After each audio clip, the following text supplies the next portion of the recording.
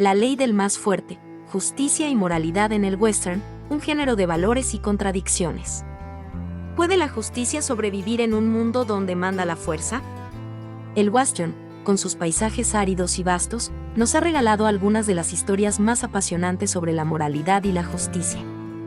En un territorio donde la ley es frágil y el más fuerte impone su voluntad, el western se convierte en una exploración sobre el precio de la justicia y la compleja línea entre el bien y el mal.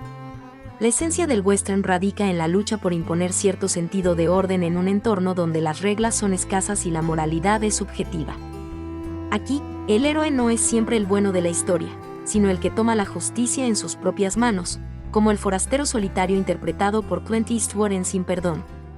Este personaje, aunque implacable, no actúa por maldad, sino por una visión de justicia que, en su mente, es la única posible en un mundo cruel.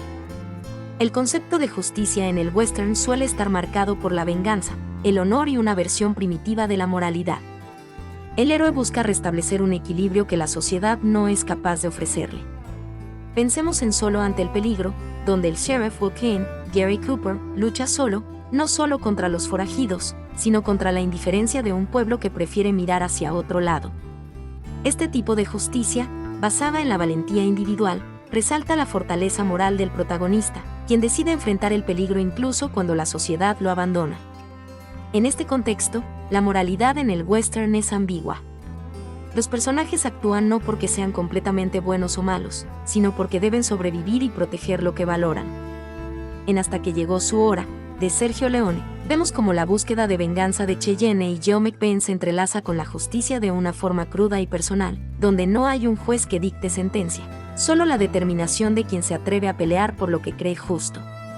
El western, entonces, es un espejo de la condición humana.